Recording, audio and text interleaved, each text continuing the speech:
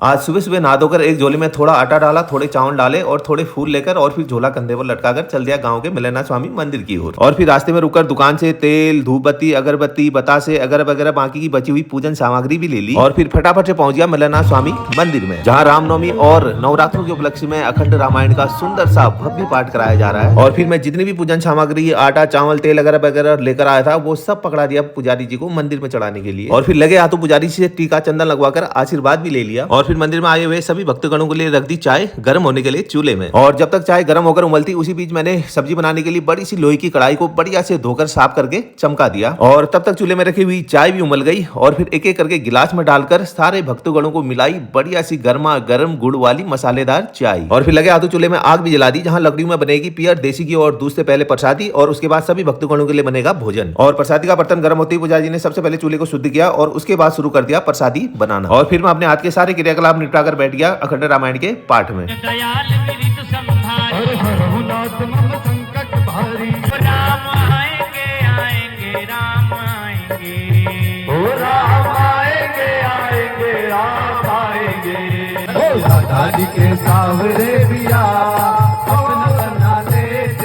जय हो। 2 से ढाई घंटे तक अखंड रामायण के पाठ में बैठने के बाद मन एकदम प्रसन्न और आत्मा एकदम शुद्ध हो गई। और प्रसादी भुनने के बाद अब सभी भक्तगणों के लिए बनाया जा रहा है शुद्ध और स्वादिष्ट भोजन। और तब तक शाम की आरती का समय भी हो गया मंदिर में और सभी भक्तगणों के साथ मैं भी सम्मिलित हो गया शाम की आरती में।